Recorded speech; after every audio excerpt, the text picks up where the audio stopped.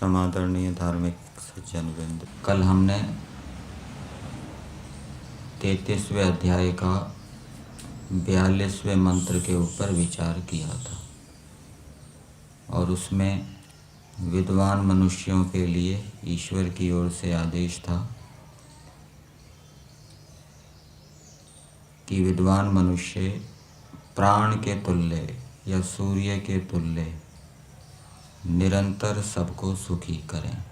ये परमेश्वर की आज्ञा है और जो इस प्रकार से करता है वो श्रेष्ठ बनता है, क्षमाशील बनेगा, 3 प्रकार के दुखों से ऊपर उठेगा और जो देवासुर संग्राम होते हैं, अंदर से जो शत्रु उठ खड़े होते हैं, उनको नष्ट करने के लिए उसके पास शक्ति सामर्थ्य होगा। और ऐसे मनुष्य जो ईश्वर की आज्ञा का पालन करते हुए प्राण आदि के तुल्य सबको सुखी करते हैं और दूसरों के अपराधों को दूर रखते हैं, दूर करते हैं अथवा उनको बुरे कामों से बचाए रखते हैं, बुरे कामों में प्रवृत्त नहीं होने देते, ऐसे जो मनुष्य है वो जगत को शोभित करने वाले होते हैं। जैसे सूर्य चंद्रमा है, ये सृष्टि को सुशोभित करते हैं, इसी प्रकार से दूसरों को निरंतर सुखी करने वाले, दूसरों की बुराइयों को, दुर्गुणों को दूर करने वाले संसार के अंदर सुशोभित होते हैं। सूर्य भी संसार को निर्मल करके, संसार के दोषों को दूर करके और संसार को सुखी करके सुशोभित हो रहा है। चंद्रमा भी ऐसे ही सुशोभित हो रहा है। ऐसे ही मनुष्यों को होना चाहिए। आज मंत्र संख्या 43 का स्वाध्याय किया गया। मंत्र है आकृष्णेन रजसा वर्तमानो निवेशयन् अमृतम मर्त्यम च हिरण्ययेन सविता रथेना देवो याति भुवनानि पश्यन्। इस मंत्र की भूमिका में दिया है अथ सूर्य मंडलम कीदृशम। सूर्य कैसा है, यहाँ पर इस मंत्र का आदि दैविक अर्थ किया है। ऋग्वेद आदि भाष्य भूमिका में भी जहाँ पर आकर्षण विद्या का वर्णन है, वहाँ पर भी ये मंत्र आया है। वहाँ पर इस मंत्र का ईश्वर परक अर्थ भी किया है, उसको भी देखेंगे। तो सूर्यमंडल कैसा है, यद्यपि यजुर्वेद में मुख्य रूप से कर्मों का विधान किया गया है, लेकिन गौण रूप से कहीं कहीं आपको ईश्वर का वर्णन भी मिलेगा, दूसरे पदार्थों के गुणों का वर्णन भी मिलेगा, वो गौण रूप से है। तो इस मंत्र के भावार्थ में दिया है। ये हिंदी भाग को ठीक कर लेना। हिंदी भाग में क्या लिखा है, सूर्य कैसा है। कैसा है से पहले सूर्य लिख लीजिए। सूर्य कैसा है, इस विषय को इस मंत्र में कहा है। एक शब्द यहाँ मुद्रित नहीं हो रहा है। तो सूर्य के बारे में बता रहे हैं। भावार्थ में दिया है, हे मनुष्यों, जैसे इन भूगोल आदि लोकों के साथ, भूगोल पृथ्वी को कहते हैं और आदि से और भी दूसरे ग्रहों का ग्रहण हो जाएगा। शनि है, मंगल है, बृहस्पति है। कितने सौरमंडल में कितने ग्रह हैं, और भी क्या पता खोज कर ली हो। तो जो इन भूगोल आदि लोकों के साथ सूर्य का आकर्षण है, सौरमंडल के अंदर जितने ग्रह हैं उनके साथ सूर्य का आकर्षण है। जैसे जो वृष्टि द्वारा, तो सूर्य के अंदर आकर्षण शक्ति है, ये कह रहे हैं। पृथ्वी के अंदर भी आकर्षण शक्ति है, उसको क्या कहते हैं, गुरुत्वाकर्षण शक्ति कहते हैं, ग्रेविटेशनल फोर्स। और सूर्य के अंदर भी आकर्षण शक्ति है, उसका क्या नाम है, उसको भी ऐसा ही कहते हैं या और कोई नाम है। तो एक बात तो बताई, सूर्य के अंदर आकर्षण है, आकर्षण शक्ति है। दूसरी बात बताई सूर्य के विषय में, जो वृष्टि द्वारा अमृत रूप जल को बरसाता है। तो वर्षा के माध्यम से पर ये सूर्य अमृत की वर्षा करता है। ये जल, वृष्टि का जल कैसा है? अमृत है, मृत्यु को दूर करने वाला है, युवावस्था को प्रदान करने वाला है, शक्ति देने वाला है। ऐसा जल सूर्य बरसाता है वृष्टि के माध्यम से।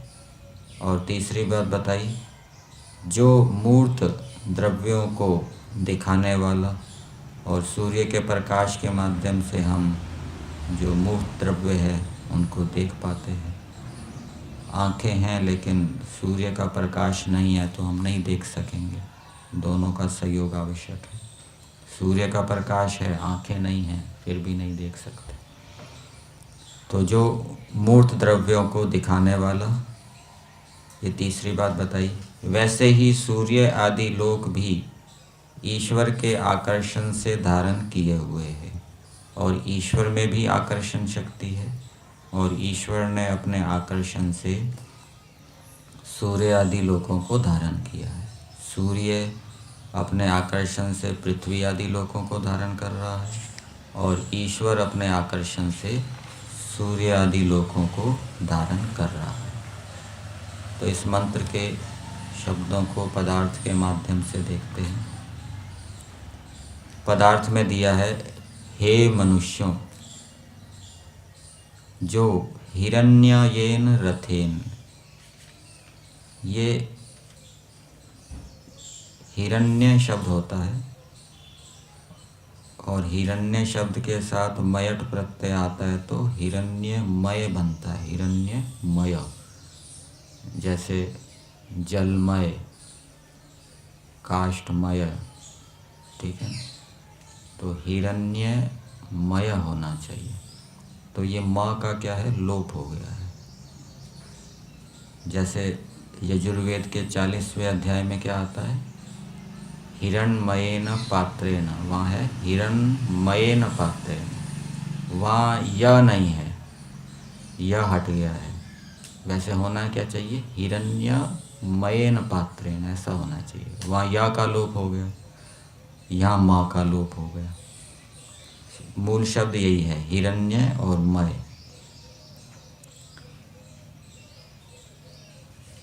तो हिरण्यमयेन रथेन, ये सूर्य के लिए कहा जा रहा है, जो ज्योति स्वरूप और रमणीय स्वरूप। सूर्य को रथ कहा है क्योंकि वो रमणीय है, आनंद देने वाला है, क्रीड़ा करवाने वाला है। ज्योति स्वरूप है, उसके अंदर बहुत प्रकाश है। ऐसे सूर्य से कृष्णेन, और वो सूर्य कैसा है? आकर्षण से परस्पर संबद्ध है। कृष्ण का अर्थ किया है आकर्षण। कृष्ण का अर्थ काला भी होता है, और पीछे कृष्ण का अर्थ क्या किया था? पीछे भी आया था ना कृष्ण शब्द, तमोगुण किया था ना कृष्ण के लिए। तो कृष्ण का अर्थ आकर्षण भी होता है, कृष्ण का अर्थ काला भी होता है, कृष्ण का अर्थ तमोगुण भी होता है। तो जो आकर्षण से परस्पर संबद्ध रजसा लोकमात्र के साथ आवर्तमान, अपने भ्रमण की आवृत्ति करता हुआ। तो सूर्य कैसा है? वो चमकीला है, सबको आनंदित करने वाला है। वो लोक लोकांतरों के साथ भ्रमण कर रहा है। जैसे राजा होता है, वो अपने व्यक्तियों के साथ देश के अंदर भ्रमण करता है, उसके पीछे कई व्यक्ति होते हैं ना साथ में। इसी प्रकार से सूर्य सृष्टि के अंदर भ्रमण कर रहा है, दूसरे लोक लोकांतरों के साथ राजा के समान है, आवृत्ति करता हुआ। भुवनानी, सब लोगों को, पश्यन, दिखाता हुआ, और वो सब लोगों को दिखा रहा है। पश्यन का अर्थ वैसे देखता हुआ होता है, यहाँ पर निजंत प्रत्यय ला के उसका लोप किया है। दिखाता हुआ की संस्कृत क्या होती है? दर्शयन होता है, ठीक है ना। दर्शयति, दिखाता है। और दिखाता हुआ कि संस्कृत दर्शयन, परंतु यहाँ पर भी वैसा नहीं किया, यहाँ निच प्रत्यय को मान लिया गया है। दिखाता हुआ देवः प्रकाशमान सविता सूर्य देवः अमृतम जल व अविनाशी आकाश आदि। जल को अमृत कहा है, वृष्टि जल को अमृत कहा है, क्योंकि वो जीवन को देता है, युवावस्था को, शक्ति को देता है, मृत्यु को दूर रखता है। और अमृतम का दूसरा अर्थ किया है आकाश। ये भी अमृत हैं, अविनाशी हैं एक प्रकार से। पृथ्वी, सूर्य, चंद्रमा, ये सभी अमृत हैं, अविनाशी हैं। मतलब कि नष्ट तो होंगे प्रलय के समय, अपेक्षा से, शरीरधारियों की अपेक्षा से। शरीरधारी तुरंत ज़्यादा दिन नहीं जीते, नष्ट हो जाते हैं, लेकिन ये बहुत लंबे समय तक चलते हैं, अरब करोड़ों वर्ष तक, इसलिए इनको अमृत कहा है। तो जल या विनाशी आकाश आदि और मर्त्यम मरण धर्मा प्राणी मात्र को निवेशयन अपने अपने प्रदेश में स्थापित करता हुआ। तो ये सूर्य प्राणियों को अपने अपने प्रदेशों में स्थापित करता है। जब सूर्य अपनी किरणों को समेट लेता है तो सभी प्राणी अपने अपने स्थान पर आ जाते हैं। पक्षी पेड़ों पर आ जाते हैं, मनुष्य अपने घरों में आ जाते हैं। ये जो रात को पेड़ों से टहनी आदि तोड़ने का जो निषेध किया जाता है, इसमें कारण ये भी हो सकता है कि पक्षी बैठे होते हैं ना, तो उनको बाधा हो सकती है, हिंसा होगी, उनको फिर उड़ना पड़ेगा, ये कारण हो सकता है। ठीक है। और प्रातःकाल का समय होता है तो प्राणी अपने अपने स्थान में निकल जाते हैं, कोई कार्यालय चला जाता है, कोई दूसरे स्थान पे चला जाता है। ठीक है ना। तो ये सूर्य प्राणियों को अपने अपने प्रदेशों में स्थापित करता हुआ आयाति उदय और अस्त समय में आता जाता है। सो ईश्वर का बनाया सूर्यलोक है। तो ये सूर्यलोक ऐसा है, अर्थात इस सूर्य के माध्यम से परमेश्वर सभी पदार्थों को दिखा रहा है, सभी को आनंदित कर रहा है। इस सूर्य के माध्यम से परमेश्वर हमें अमृत जल प्रदान कर रहा है वृष्टि के रूप में, और इस सूर्य के माध्यम से परमेश्वर सभी प्राणियों की जो गतिविधि है उनको वो नियमित कर रहा है। तो इस सूर्य को बनाने वाला परमेश्वर है। अब इस मंत्र का अर्थ ऋग्वेद आदि भाष्य भूमिका में भी दिया है। आकर्षण अनुकर्षण विषय है, वहाँ पर ये मंत्र दिया है। सूर्य में भी आकर्षण शक्ति है और ईश्वर में भी आकर्षण है। तो यहाँ पर इस मंत्र का अर्थ दिया है। अभिप्राय, इस मंत्र में भी आकर्षण विद्या है। मंत्र के अंदर जो सविता शब्द आया है, यहाँ पर ऋग्वेद आदि भाष्य भूमिका में सविता के 3 अर्थ किए हैं। यहाँ पर तो सूर्य ही किया है वेद भाष्य में, यहाँ अर्थ किया है सविता जो परमात्मा, वायु और सूर्य लोक, ये 3 अर्थ किए हैं। वे सब लोकों के साथ आकर्षण धारण गुण से सहित वर्तते हैं। परमात्मा में भी आकर्षण है, सूर्य में भी आकर्षण शक्ति है और वायु में भी आकर्षण शक्ति है। ये पहली बार आपने सुना होगा। तो वे सब लोकों के साथ आकर्षण धारण गुण से सहित वर्तते हैं। जो हिरण्यय, अर्थात अब ये इसका अर्थ ईश्वर परक किया जा रहा है।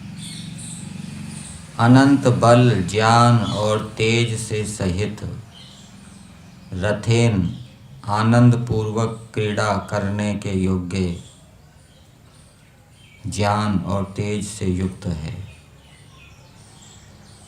कौन तेज से युक्त है? ये तीनों। ठीक है। अनंत बल, ज्ञान, ज्ञान का संबंध तो ईश्वर के साथ होगा। वायु और सूर्य में तो ज्ञान हो नहीं सकता। बाकी तेज का संबंध दोनों के साथ हो सकता है। सूर्य में भी तेज है, वो प्रकाश के रूप में, और परमेश्वर में भी तेज है, वो विद्या के रूप में। और अनंत बल, बल का संबंध किसके साथ होगा? बल वायु में भी है, सूर्य में कोई बल है?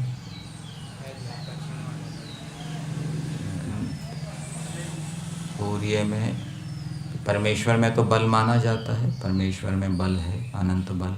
वायु में भी माना जाता है, तो इन दोनों के साथ संबंध कर लेंगे। और सूर्य के साथ ऐसा बल की बात सुनने में नहीं आई।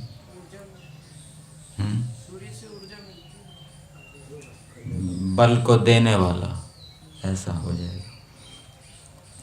तो ये 3 विशेषताएं हैं इनकी।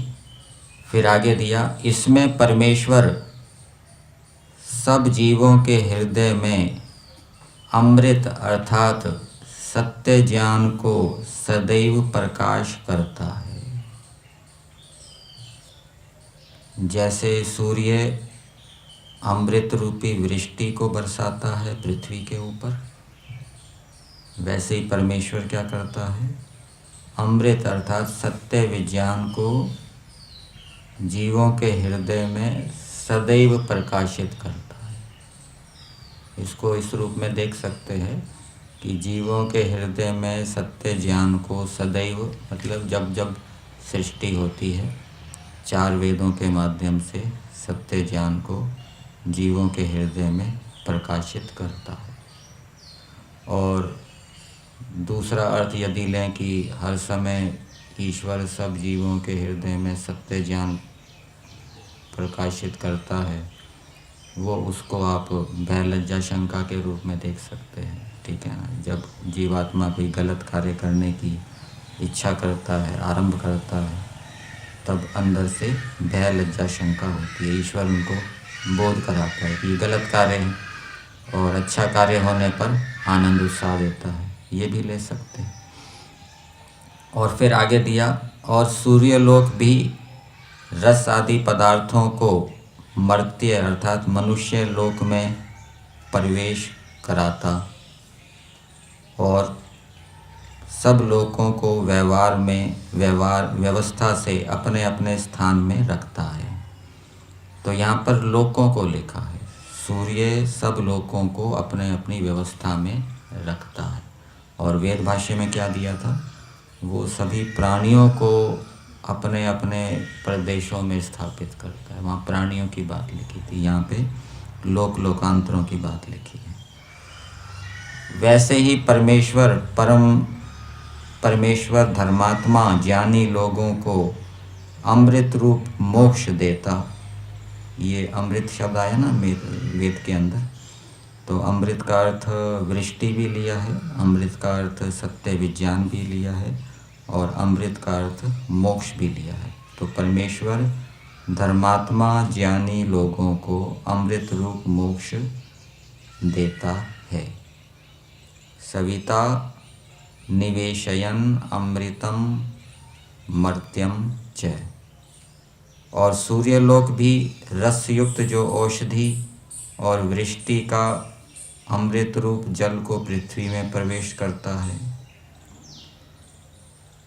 तो सूर्यलोक रस रूप औषधि और वृष्टि का जो अमृत रूप जल है, उस जल के अंदर ये औषधियों का रस भी होता है। जो वृष्टि होती है उसके अंदर औषधियों का रस भी सूक्ष्म रूप में रहता है अंतरिक्ष में, और जल भी रहता है सूक्ष्म रूप में। तो वृष्टि के माध्यम से दोनों पृथ्वी में आते हैं, पृथ्वी में प्रविष्ट होते हैं। यह सूर्य का काम है। सो परमेश्वर सत्य असत्य का प्रकाश और सब लोगों का प्रकाश करके सबको जनाता है, तथा सूर्यलोक भी रूप आदि का विभाग दिखलाता है। सूर्यलोक भी रूप आदि का विभाग दिखलाता है। कैसे? कोई सफ़ेद है, कोई काला है, कोई पीला है, नीला है, इस रूप में अलग अलग जो रूप के विभाग हैं उनको ये सूर्य दिखलाता है। और परमेश्वर क्या दिखलाता है? पश्यन का अर्थ किया है दिखाता हुआ। भुवनानि पश्यन, यहाँ पर भुवनानी का अर्थ किया है सत्य सत्य का प्रकाश और सब लोगों का प्रकाश करके सबको जनाता है, मतलब कि लोक लोकांतरों को जनाता है और सत्य सत्य का प्रकाश भी जनाता है। तो यहाँ पर इस मंत्र का आध्यात्मिक अर्थ भी किया है, ईश्वर परक अर्थ भी किया है और वेद भाष्य में केवल इसका आदिदैविक अर्थ किया है। तो ऐसा परमेश्वर है और ऐसा सूर्यमंडल है, ये इस मंत्र के अंदर